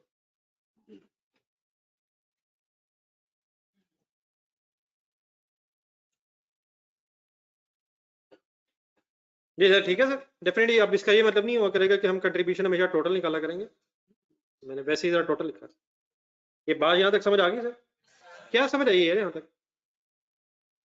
नहीं मतलब अपनी वर्किंग से क्या हमने क्या क्या किया है, कितना कुछ कर लिया। अगर लिमिटिंग फैक्टर ना होता तो आप 10,000, 20,000, 9,000 रिस्पेक्टिवली बनाते। लिमिटिंग फैक्टर था, मैंने देयरफॉर रैंक किया based on contribution per unit और अकॉर्डिंगली फिर जो यूनिट्स प्रायोरिटी में बनने चाहिए थे वो बना लिए। लेकिन डेफिनेटली कैलकुलेटर उठाएं, 20,000 लिखें कैलकुलेटर पे, ए बी के यूनिट्स 20,000 और 13,200 में डिफरेंस लें। क्या ये यूनिट्स बनाए जा सकते थे? बनाए जा सकते थे, बेच सकते थे, बना के बेचने बल्कि चाहिए थे, लेकिन क्यों नहीं बना सके? क्यों नहीं बना सकेंगे? क्योंकि लिमिटेड फंड। ठीक है, यहाँ तक इकट्ठे हैं सारे। लेकिन बेटा ये जो हमने वर्किंग की है, इस वर्किंग में एक चीज अभी और कंसिडर होनी है। फुल हिम्मत, दोबारा स्टार्ट ऑफ द पेज जरा डाटा देखें। देखिए हमने कंट्रीब्यूशन तो देख ली है, कंट्रीब्यूशन तो हमने देखी है कि ए की हाईएस्ट है, बी की सी की सेकंड हाईएस्ट है और बी की थर्ड हाईएस्ट है। सही कह रहा हूं? ए सी बी। लेकिन साथ ये भी शायद रिलेट करना चाहिए था कि हर यूनिट को बनाने का रिस्पेक्टिव टाइम कितना है। मतलब मेरी इस बात का ये है, 4 आवर्स पर यूनिट जरा जेम लाएं, लिंक कर रहा हूं। 4 घंटे अगर लगाएंगे तो फिर एक एक यूनिट बनेगा, ऐसे ही। और फिर वो एक यूनिट 475 रुपीज कंट्रीब्यूट करेगा। क्या कितना लगाएंगे फिर क्या होगा, फिर कितनी कंट्रीब्यूशन होगी? 4 घंटे लगाएंगे, एक यूनिट बनेगा और यकीनन 475 रुपीज कंट्रीब्यूट करेगा। लेकिन क्या 4 घंटों में 475 रुपए? मशीन के 4 घंटे लगेंगे तो 475 रुपीज कंट्रीब्यूशन जनरेट होगी। बी को देखें, बी को अगर 2.5 आवर्स लग जाए तो उसका एक यूनिट बन जाना और उसका एक वो यूनिट 374 रुपीज कंट्रीब्यूट कर देगा। 2.5 घंटे देने से 1 यूनिट और 1 यूनिट 374। क्या 2.5 घंटों में 374? सी रिलेट करें, क्या 3 घंटों में हम 463 अर्न कर सकते हैं? इन अदर वर्ड्स, अगर ए को 1 घंटा दें तो 475 रुपए की कंट्रीब्यूशन बनती है। नहीं नहीं नहीं नहीं, ए को अगर 4 घंटे दें तो 475 रुपीज की कंट्रीब्यूशन जनरेट होगी। बी को अगर 2.5 घंटे दें 374 रुपीज कंट्रीब्यूशन जनरेट होगी। और सी को अगर 3 आवर्स देंगे तो 465। इट मींस कैलकुलेटर पकड़े, 475 लिखें कैलकुलेटर पर। क्या है 475? एक दफा आप भी बोलना जरा। ये 1 यूनिट की कंट्रीब्यूशन है पर यूनिट, डिवाइड बाय 4 करें। आंसर से इंपॉर्टेंट ये है कि है क्या? It is contribution of product A in 1 hour, per 1 hour. Number 2, 374 divided by 2.5. It is contribution of B in 1 hour. And C 463 divided by 3. ये क्या हो रहा है? समझ आ रहा है? आंसर क्या आ रहा है? असल में जो पहले हमने वर्किंग की है ना, उसमें सबकी बेस सेम नहीं है। Base same means limiting factor सबका सेम नहीं है। 4 घंटे लगा के, 2.5 घंटे लगा के, 3 घंटे लगा के। अब जो आपने वर्किंग की है ये है 1 घंटा लगा के, 1 घंटा लगा के, 1 घंटा लगा के, 3 हो गया, बेस सेम होगी। तो क्या 1 घंटा लगा के अप्रोक्सीमेटली 118? अब भूल गया होगा आपको, दोबारा वर्किंग कर 475 डिवाइड बाय 4 दोबारा। 1 घंटा लगा के तकरीबन 118 रुपए। 1 घंटा लगा के 374 डिवाइड बाय 2.5 149। और 1 घंटा लगा के 154। तो क्या पर आर कंट्रीब्यूशन डिफरेंट है पर यूनिट कंट्रीब्यूशन से? क्यों क्यों? क्योंकि यूनिट को, हर यूनिट को सेम टाइम नहीं लग रहा, हर यूनिट का टाइम डिफरेंट है। देयरफॉर एक वर्किंग और शुरू करें। If B rank according to the contribution per machine hour rather than contribution per unit,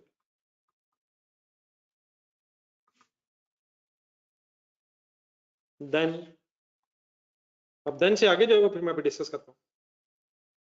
करना क्या लगाऊं, किसकी बजाय क्या करना लगाऊं? एक रैंकिंग करने लगाऊं कंट्रीब्यूशन पर यूनिट की बेस पे, थोड़ी देर पहले की है, लेकिन कंट्रीब्यूशन पर मशीन आवर।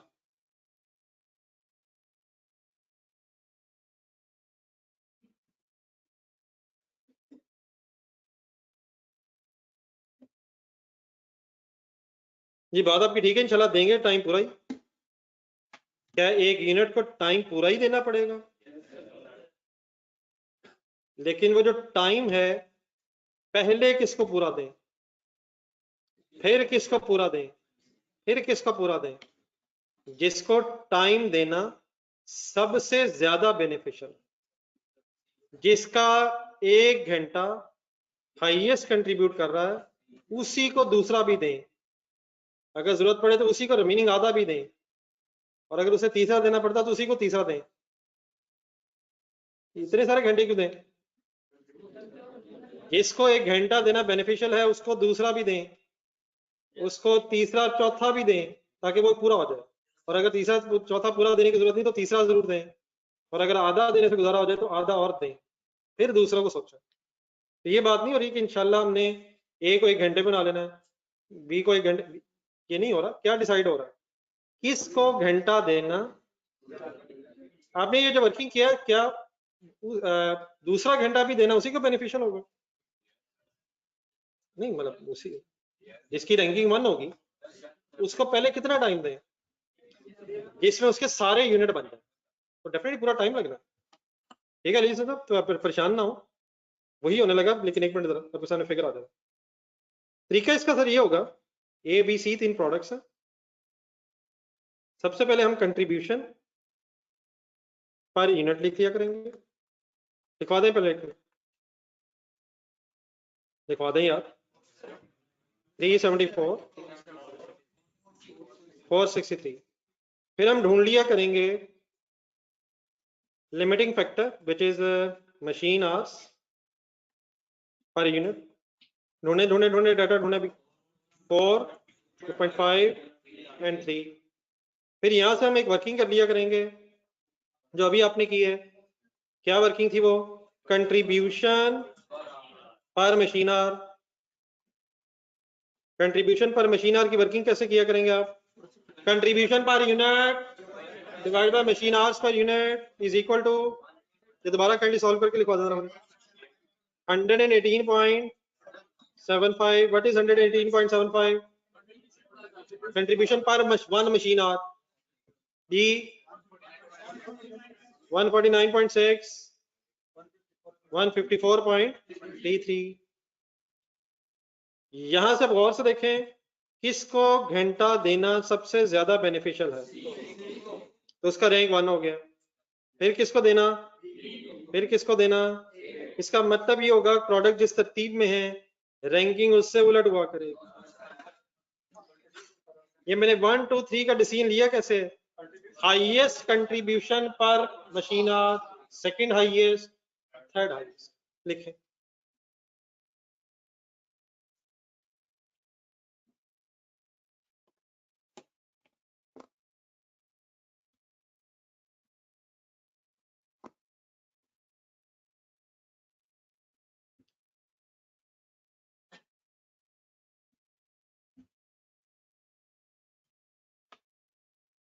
थोड़ी देर पहले हमने जो रैंकिंग की थी ACB, उसमें क्या तो देखा था लेकिन क्या नहीं देखा था? कंट्रीब्यूशन तो देखी लेकिन साथ उसे लिमिटिंग फैक्टर के रिलेट नहीं किया था। तो शायद लिमिटिंग फैक्टर को भी रिलेट करना चाहिए, क्योंकि असल मसला तो किस वजह से हुआ है कि रिसोर्सेज लिमिट हो गए हैं। तो जिस प्रोडक्ट की कंट्रीब्यूशन लिमिटिंग फैक्टर के एंगल से हाईएस्ट है उसे रैंक 1 होना चाहिए, फिर रैंक 2 सेकंड होना चाहिए, एंड जिसकी फिर सबसे एंड में कंट्रीब्यूशन है पर लिमिटिंग फैक्टर उसे थर्ड मींस लास्ट रैंकिंग करनी चाहिए। दोबारा एक हेडिंग लिखें, utilisation of machine hours based on this ranking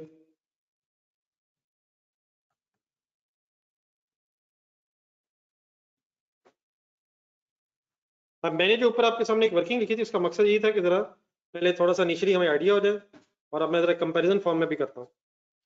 अब मैं किस रैंकिंग की बेस पे ये मशीन आवर्स की यूटिलाइजेशन आपको दिखाने लगा हूँ? CBA। और इसको भी पहले पेशेंस से जरा देखेंगे। अवेलेबल आवर्स कितने? 1 लाख। इनकी अब यूटिलाइजेशन फिर कैसे होनी चाहिए? सबसे पहले C कंसंट्रेट फुल, C के कितने यूनिट्स बनाने चाहिए? 9000। अगर बन सकते हैं पूरे 9000। एक यूनिट ने कितना टाइम लेना है? 1 घंटा यार। एक और यार ऊपर लिखा 1 घंटा।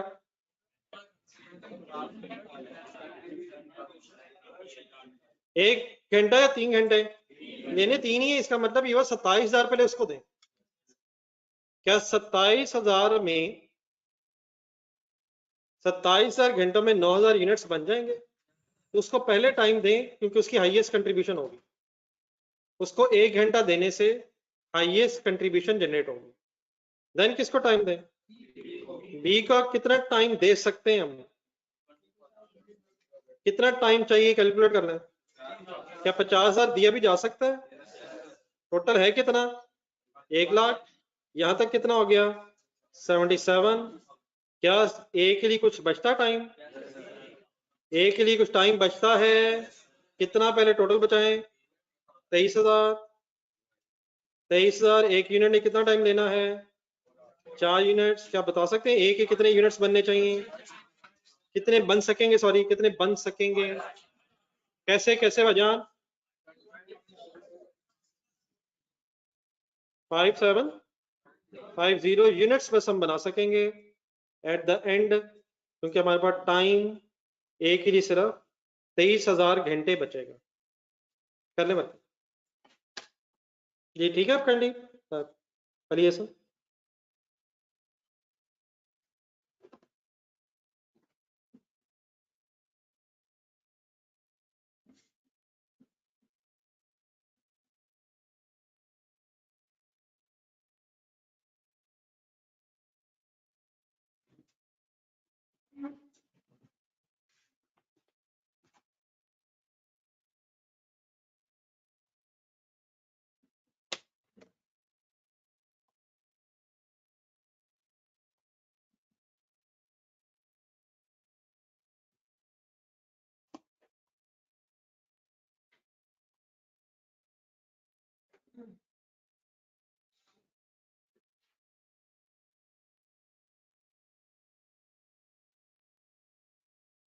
जी वसीम साहब भी करते हैं बात।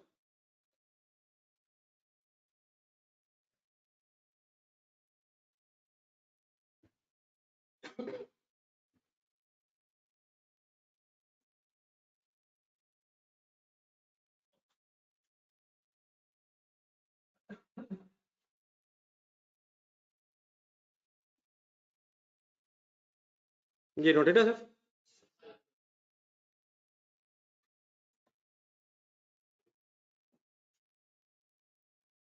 कंप्लीट है सर। हेडिंग लिखे सर, टोटल कंट्रीब्यूशन।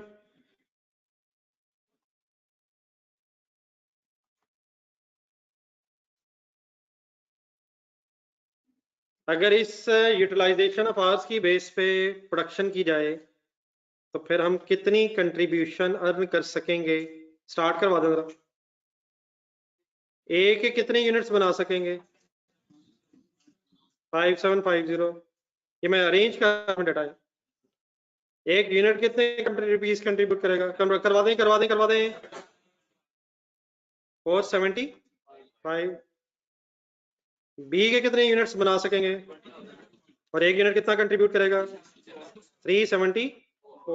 सी के यूनिट्स इंटू 463, सॉल्व करें, टोटल बताएं।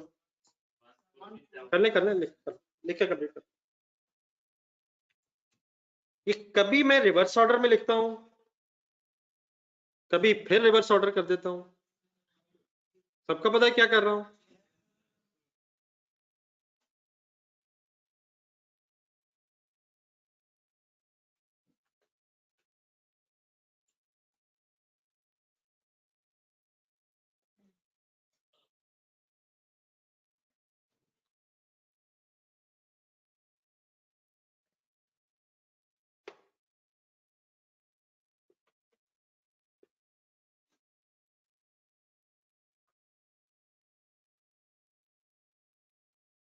जी जान मोहम्मद साहब जज़ाकल्लाह, बिल्कुल सही कह रहे हैं आप।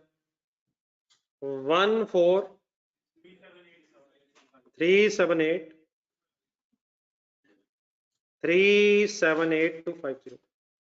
क्या है ये, इसको जरा पुरानी कंट्रीब्यूशन से कंपेयर करें।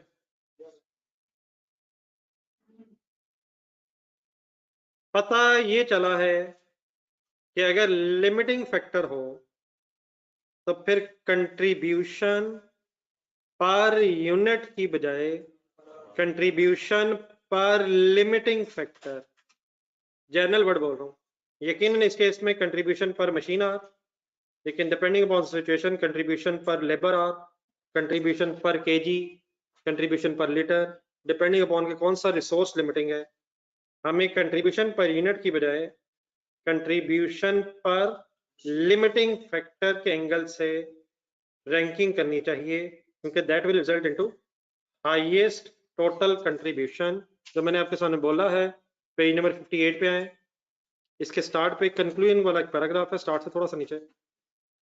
It means if there is a limiting factor, then we should make decision on the basis of contribution per limiting factor rather than only contribution per unit. क्या हम दोनों वर्किंग्स किया करेंगे? ये वर्किंग सिर्फ हमें अंडरस्टैंडिंग के लिए थी, लेकिन यहां से ऑनवर्ड्स हम हमेशा अगर लिमिटिंग फैक्टर है तो पर लिमिटिंग फैक्टर पर, इस वक्त लिमिटिंग फैक्टर का जरा नीचे लिख लें। मशीन आवर्स हैं, लेकिन ये जरूरी नहीं कि हमेशा मशीन आवर्स हो, वो डिफरेंट हो सकते हैं क्वेश्चन में।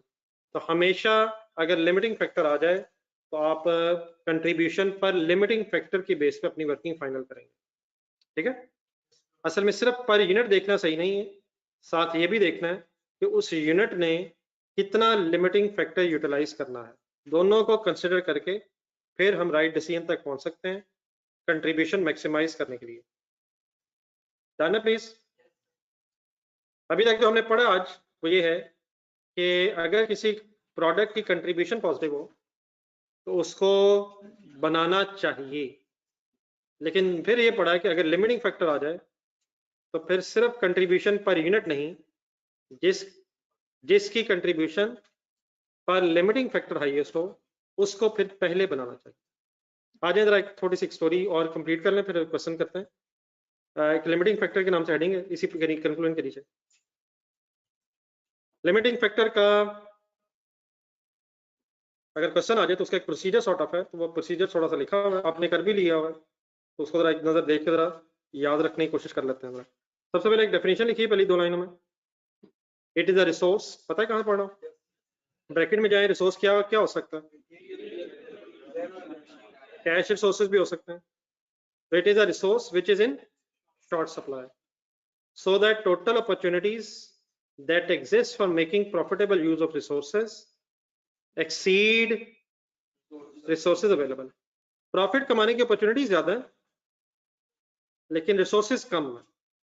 मसलन पिछला पेज देखें, प्रोडक्ट ए के हम बस कितने यूनिट बना सके, रजिस्टर देखें 5750, बना कितने सकते थे? 10,000। कैलकुलेटर पे लिखें 10,000, माइनस कर दें 5750, 4250 यूनिट बना के मल्टीप्लाइड बाय 475 करें, और कितनी कंट्रीब्यूशन कमाई जा सकती थी? लेकिन ये क्यों नहीं कमा पा रहे हैं हम? अवेलेबल रिसोर्सेज कम हो गए, देयरफॉर अब हम बस उतना ही कमा सकते हैं जो इस लिमिटिंग फैक्टर के बेस पे कमा पा रहे हैं। डेफिनेशन एक लिखी हुई, डेफिनेटली को रट्टा लगाने की जरूरत नहीं। If there is a constraint का मतलब रुकावट on any resource, then the business should focus on products that has the highest amount of contribution per। अब लिमिटिंग फैक्टर चलता रहेगा वर्ड, आप मशीन आर फिलहाल जेम रख लीजिएगा। फिर फॉलोइंग प्रोसीजर्स है, अब अपना आंसर साथ रख लें। अपनी सबसे पहले वर्किंग देखें और पढ़ें। आपने किया था लिमिटिंग फैक्टर आइडेंटिफाई, ये कैसे आइडेंटिफाई होता है? अवेलेबिलिटी को रिक्वायरमेंट के साथ कंपेयर करके, पहली चीज जो आपने रजिस्टर पर लिखी है, अवेलेबिलिटी और रिक्वायरमेंट देख के पता चलता है कि लिमिटिंग फैक्टर है या नहीं, और अगर क्या ज्यादा हो तो लिमिटिंग फैक्टर होता है, अगर रिक्वायरमेंट ज्यादा हो तो लिमिटिंग फैक्टर होता है। नंबर 2 आ जाए, calculate the contribution per unit. Done है? अगर ये ना अवेलेबल हो, हमें वैसे अवेलेबल थी, सेल माइनस वेरिएबल कॉस्ट करके कैलकुलेट भी हो सकती है। Then calculate limiting factor per unit. अब अपनी ये जो आखिरी वर्किंग है, जो भी आपने मेरे साथ टोटल कंट्रीब्यूशन से ऊपर की आखिरी वर्किंग, वो देखते रहिएगा। कंट्रीब्यूशन पर यूनिट थी 475, 374 एंड 463, ऐसे ही था। लिमिटिंग फैक्टर पर यूनिट क्या था? 4, 2.5, 3। Limiting factor per unit means machine hours per unit. फिर अगला स्टेप क्या था? कंट्रीब्यूशन पर लिमिटिंग फैक्टर कैसे फिगर आई थी? Contribution per unit divide by contribution पर limiting factor per unit, sorry limiting factor per unit, sorry मैं वर्ड रिपीट कर रहा हूं। 475 means contribution per unit divide bye 4 means limiting factor per unit. Contribution per unit को limiting factor per unit से divide करके क्या आएगा? Contribution पर लिमिटिंग फैक्टर। अब कंट्रीब्यूशन पर लिमिटिंग फैक्टर की अमाउंट्स क्या है? 118, वही है 118 वगैरह। फिर देन आप रैंक कर लेंगे और रैंक करते हुए ब्रैकेट पढ़ें। फर्स्ट किसको कहेंगे? हाईएस्ट कंट्रीब्यूशन पर limiting factor and so on, second and third. और उसकी बेस पे एक ऑप्टिमम प्रोडक्शन प्लान बना लेंगे। Optimal production plan simply means एक ऐसा प्लान जिसकी बेस पे कंट्रीब्यूशन हाईएस्ट जनरेट हो जाएगी। ये आपकी लास्ट वर्किंग है। ऑप्टिमल प्रोडक्शन प्लान कौन सी वर्किंग है? बल्कि सॉरी लास्ट नहीं, सेकंड लास्ट है शायद। सेकंड लास्ट जहां पे यूटिलाइजेशन ऑफ आवर्स मैंने लिखा है, उसके साथ ब्रैकेट में लिखें ऑप्टिमम प्रोडक्शन प्लान। वहां क्या पता चला हमें कि 9000, 20000 और 5750 यूनिट्स अगर बन जाए तो हाईएस्ट कंट्रीब्यूशन है। तो सेकंड लास्ट वर्किंग है, उसकी अगर हेडिंग के साथ थोड़ी सी जगह बन जाए। क्या वर्ड लिखा था पहले आपने? ये यूटिलाइजेशन ऑफ लिमिटिंग फैक्टर के साथ कुछ और तो नहीं लिखा? बेस्ड ऑन दिस रैंकिंग, ये जो फाइनली 9000, 20000 और 5750 यूनिट्स आइडेंटिफाई हुए हैं, this is called as optimum. Optimum का मतलब होता है maximum, maximum profit production plan, optimum production plan. एक ऐसा प्लान जो आपको हाईएस्ट प्रॉफिट तक ले जा सकता है, ऑप्टिमम प्रोडक्शन प्लान कहलाता है। और उसकी बेस पे जब हमने कंट्रीब्यूशन निकाली है तो हमारे सामने फिगर्स हैं। हम हाईएस्ट कंट्रीब्यूशन कमा सकते हैं बेस्ड ऑन लिमिटिंग फैक्टर पर machine our rather than contribution per unit only. एक नजर पढ़ लें खुद से, कोई मेरे वर्ड्स में अगर कंफ्यूजन तो बताएं।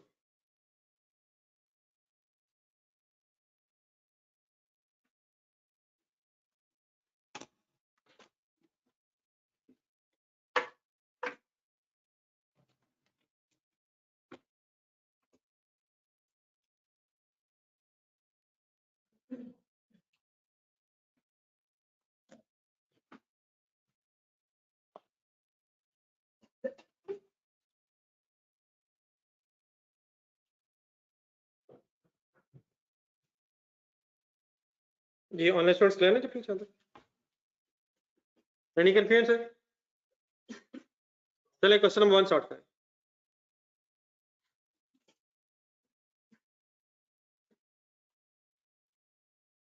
आज ये फर्स्ट लाइन से पढ़ें फिर देखते हैं आगे क्या लिखा हो।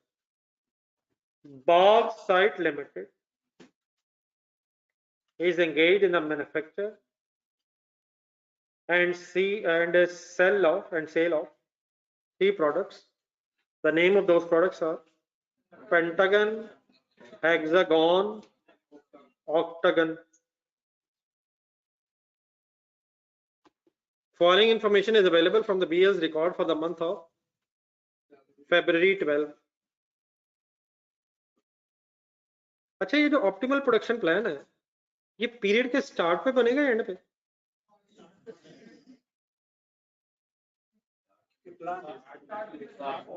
ये पहले डिसाइड होना चाहिए कि कौन कौन से यूनिट कितने कितने बनाने हैं, या पहले प्रोडक्शन हो जाए और बाद में सोचना चाहिए इतने इतने बनाने थे? अगर पीरियड गुजरने के बाद आप डिसाइड करेंगे तो अगले साल का डिसाइड कर सकते हैं। तो शॉर्ट ऑफ बजट होता है। पीरियड के स्टार्ट पे बैठ के आप प्लानिंग कर रहे हैं कि किन यूनिट्स पे फोकस रखा जाए। तो किन यूनिट्स पे फोकस रखा जाए?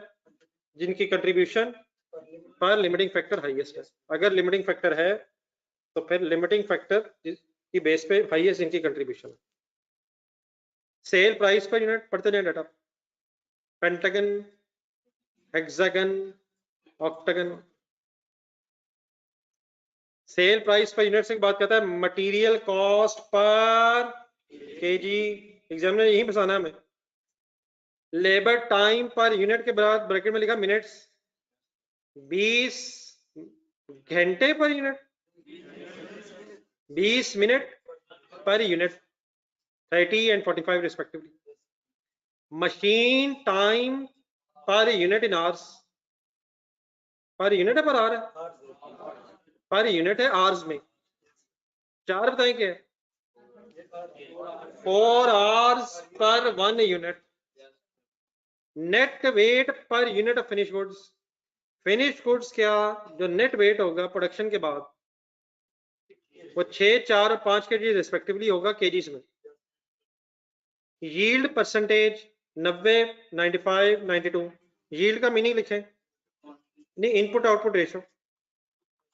डेफिनेटली क्वांटिटी है लेकिन इन आउट परसेंटेज, ये जो यील्ड परसेंटेज में लिखी हुई है, इनपुट आउटपुट रेशो, तो कहते हैं 90% यील्ड होगी, 90/100, ठीक है सर जी, ठीक है सर। इसका मतलब अगर 100 kg इनपुट होगी तो 90% आउटपुट होगी पेंटागन के एंगल से। अब इससे पिछली लाइन में जाए 6 पे, ये 6 किस चीज का वेट है? ये आउटपुट का वेट है, ये इनपुट का है। तो क्या आपको कोई लॉस नजर आ रहा है 90 में? सर जी लॉस नजर आ रहा है, कितना? 10%। तो ये 6 जो है 100% है, ये 90% है। 6 जो है 100% 90% है, और 100% फाइंड आउट हो सकता है। असल में मटेरियल इन कितना होगा उसने इस्तेमाल होना है, तो क्या जितना इन हो रहा है उतना ही आउट हो रहा है? अगर होता तो यील्ड कितने परसेंट होती? 100%। अच्छा, जिनको अब डेजी याद आए, अल्लाह करे आए किसी को याद, उसके पॉइंट 1 में इनपुट रेशो दी हुई थी, input ratio of X Y. वो इनपुट आउटपुट रेशो नहीं है, वो ये थी कि अगर 100 kg इनपुट है तो इस इनपुट का ब्रेकअप क्या होगा। यील्ड परसेंटेज का मतलब है इनपुट आउटपुट रेशो। तो अगर 100 kg इन होंगे तो 90 आउट होंगे, विच मीन जो 6, 7, 90% है। आगे कंप्लीट करें। हेक्सागन का जो 4 kg, ये कितने परसेंट है? 95। और 5 जो है, डिफरेंट परसेंटेजेस एक्सपेक्टेड है लॉस की है, 10, 5 एंड 8 रिस्पेक्टिवली। क्लियर है? देन आगे डिमांड आ रही है 10, 20, 9 यूनिट्स में। Each worker is paid monthly wages of 15,000 and works a total of 200 hours per month. Calculator उठाएं, यहां से लेबर रेट पर आर आ सकता है, पर यूनिट आ सकता है। 15,200 घंटे पर यूनिट या पर आर? कैसे? 15,000 डिवाइड बाय 200 करें, व्हाट इज 75? लेबर रेट पर 1 आवर। अगली लाइन चैलेंज ऑन है। BL's total overheads are estimated at 20% of the material cost। क्या अगर 100 है तो क्या 20 है? हिम्मत कर दें। मटेरियल कॉस्ट अगर 100 है तो टोटल ओवरहेड्स 20% है। टोटल से मुराद वेरिएबल भी और फिक्स भी। नेक्स्ट लाइन, फिक्स ओवरहेड्स का एस्टिमेट है 5 million पर मंथ और allocated to each product on the basis of machine hours. 100,000 machine hours are estimated to be available in February। दोबारा इसी लाइन को देखें, ठहरे ठहरे वहीं। 5 million का नाम बताएं। एस्टिमेटेड फिक्स्ड ओवरहेड, बिल्कुल ठीक है, बजटेड। 100,000 मशीन आवर्स का मतलब बताएं। ये भी बजटेड है, ये भी एस्टिमेटेड है, वो भी एस्टिमेटेड है, अवेलेबल है, ठीक है, ये भी अवेलेबल भी है। यहां से आप मुझे फिक्स्ड ओवरहेड्स का एक आर्ली रेट निकलवा सकते हैं? फिक्स्ड ओवरहेड्स का एक मशीन आवर का रेट बता सकते हैं? कैसे? कैसे भाईजान? 5 million divide by 1 lakh hours is equal to 50 rupees of fixed overheads per machine hour. Next page पे रिक्वायरमेंट है, नहीं, बेस्ड ऑन ऑप्टिमम प्रोडक्शन बेक्स कंप्यूट नेट प्रॉफिट निकालना आप लोगों ने मंथ ऑफ फरवरी का, लेकिन किसकी बेस पे? ऑप्टिमम प्रोडक्शन मिक्स किसे कहते हैं? जो रैंकिंग करके आता है जिसमें हाईएस्ट कंट्रीब्यूशन होती है। तो रैंकिंग करके ऑप्टिमम प्रोडक्शन मिक्स का कैसे पता चलता है? वो सारे स्टेप्स हैं जो ऊपर लिखे हुए हैं, एक नजर पिछले पेज पे जाएं और सारे स्टेप्स एक नजर रिवाइज कर लें। अभी क्वेश्चन सॉल्व कराइएगा जरा। निकालना हमने ऑप्टिमम प्रोडक्शन मिक्स से नेट प्रॉफिट है। तो पहला स्टेप क्या होगा? बोल दे। दूसरा, तीसरा, चौथा, 5th, 6th, 7th। बिस्मिल्लाह पढ़े, वर्किंग करें।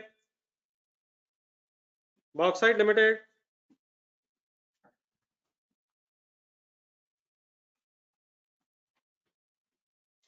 अब नेट प्रॉफिट निकालना है, हाफ पेज रख लें, लेकिन वर्किंग करनी पड़ेगी। ऑप्टिमम प्रोडक्शन मिक्स अगर आ जाएगा तो नेट प्रॉफिट जिसा भी निकाल लेंगे, लेकिन उसके लिए आपको ऑप्टिमम प्रोडक्शन मिक्स की वर्किंग करनी हो तो आप पे सफिशिएंट रहेगा, वर्किंग समराइज से हो जाएगी।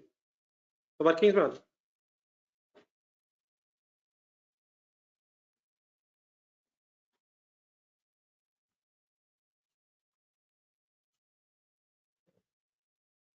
जिन स्टेप्स को आपने पढ़ा है काइंडली उसी को अप्लाई कर देंगे। Identify the limiting factor. नहीं, एक मिनट।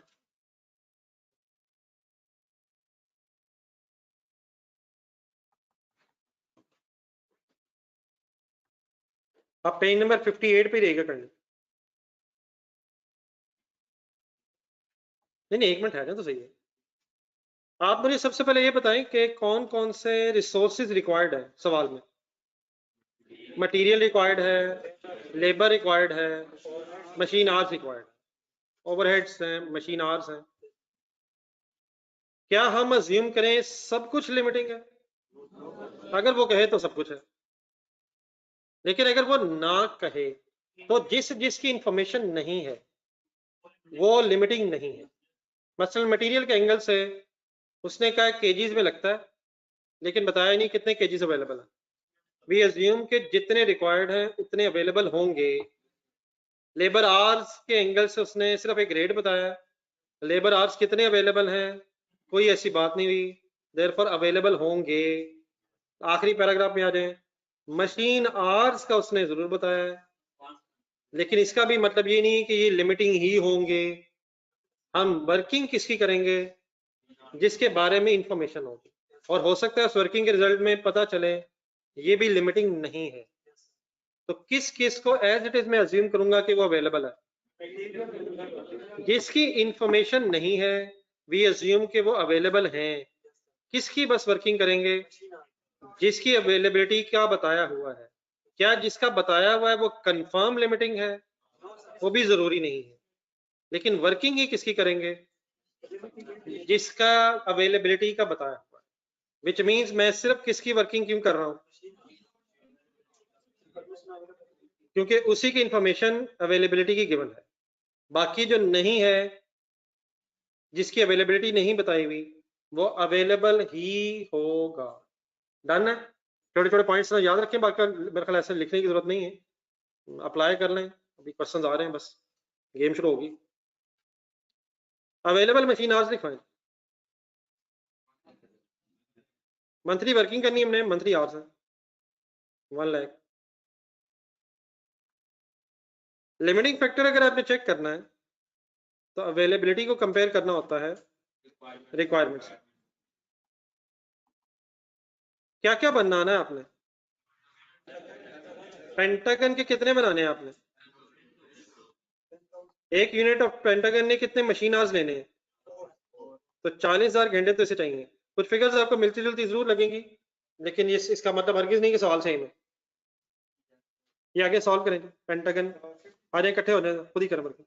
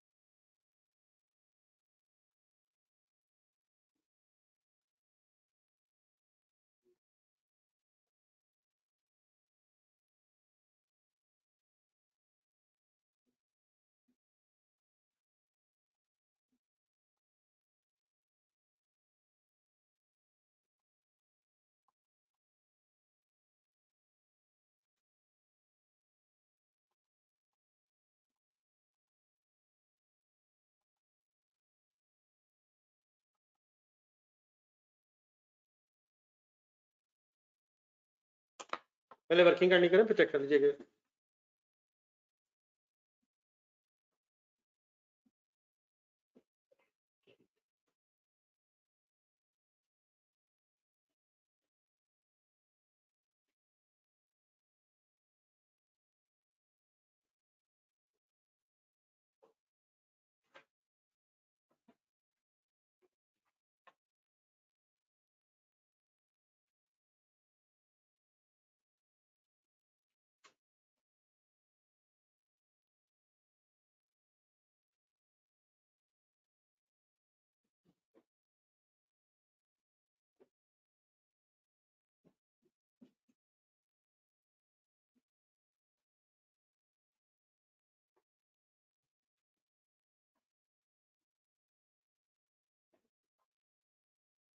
वैसे लेक्चर्स पेंडिंग क्यों होते हैं? वैसे एक मैंने सीरियस नोट पे सवाल पूछा।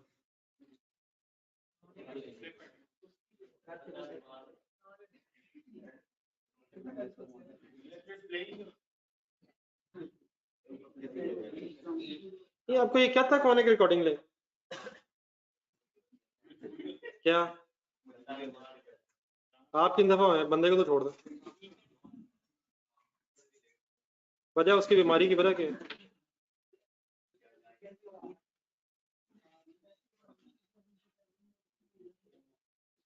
यानी कि आपका इसमें कोई कसूर नहीं, हालात नासाजगार हैं, पढ़ाई का एनवायरनमेंट ठीक है ना, तो कॉलेज वाले चढ़ते हैं पढ़े आप, ना ये माशरा चाहता है, ना मोहल्ला चाहता है, लेकिन आप चाहते हैं। लेक्चर्स पेंडिंग होने की रीजन सिर्फ है कि कॉलेज को ठीक होना चाहिए, टीचरों को भरपूर एफर्ट करनी चाहिए कि अपने आप को इम्प्रूव करें, माशरा सही होना चाहिए। आपकी तरफ से अल्हम्दुलिल्लाह कोई इशू नहीं है, चले ठीक हो गया। इसका मतलब हमें कुछ सोचना ठीक है, मतलब यही मसला निकला, ये आइडेंटिफाई हो गया, मसला आइडेंटिफाई हो गया, अल्लाह करे हम कोई फर्दर इम्प्रूव कर सकें। ये सर जी लिमिटिंग फैक्टर निकला है सर जी, निकला है सर, इधर भी निकला है उधर भी निकला है। वजह क्या हुई है लिमिटिंग फैक्टर आइडेंटिफाई होने की? जब लिमिटिंग फैक्टर आ जाए तो आप पेज नंबर 58 पे ही हैं और ऊपर स्टेप्स देख रहे हैं आप, दूसरा काम क्या करेंगे आप? कंट्रीब्यूशन पर यूनिट आपके डाटा में अवेलेबल नहीं है तो वर्किंग कर लेते हैं। एक मिनट, हाँ जी, सेल माइनस वेरिएबल टेबल सब बना लें।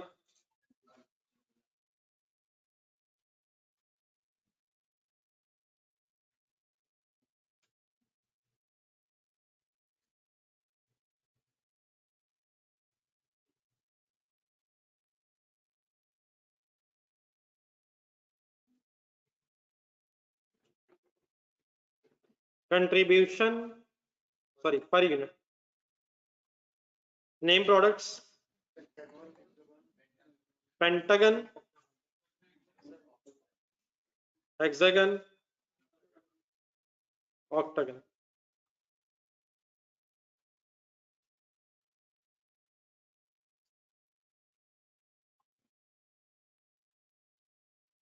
Sale price per unit available है, बता दें।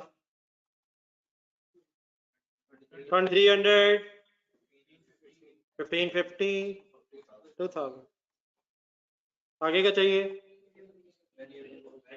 Variable cost per unit given है, ये इकट्ठी करनी पड़ेगी इंशाल्लाह, कल मिलके इकट्ठे करेंगे। आपका ना एक क्वेश्चन जरा पिछली क्लास जो सुबह वाली क्लास से पीछे रह गया हुआ है, नहीं मतलब होमवर्क वाला एक क्लास आप पीछे, आपकी क्लास थोड़ी सी पीछे रह गई है, तो आज जरा हिम्मत कर लीजिएगा, घर के लिए होमवर्क अब क्या है। मेरी तरफ से अगर होगा तो एक एक से ज्यादा मुश्किल ही हो, बड़ी हद एक नहीं तो कभी 1.5 हो जाएगा। मेरी तरफ से रियो ही है, नहीं ऑरियंट रिवाइज करके ही रियो करना आप, असल में तो रियो है मेरी तरफ से, बट इट इज अज्यूम कि डेजी हो चुका है वॉशिंगटन, लेकिन अगर फिनिशिंग टच देना तो दे दिया करें, अगर कोई रह गई हो चीज और फाइनल हो जाने के बाद तो फाइनल करें, ठीक है, कर दे हिम्मत कर दे। मतलब मेरी तो सही की रियो ही है, रियो का पेज नंबर क्या है? वॉल्यूम 2 है और पेज नंबर 435 है। ओरिएंट का पेज था 16, क्वेश्चन नंबर 11 ओरिएंट रिवाइज करें और पेज नंबर 435 पे रियो की एक भरपूर एफर्ट करें। अल्लाह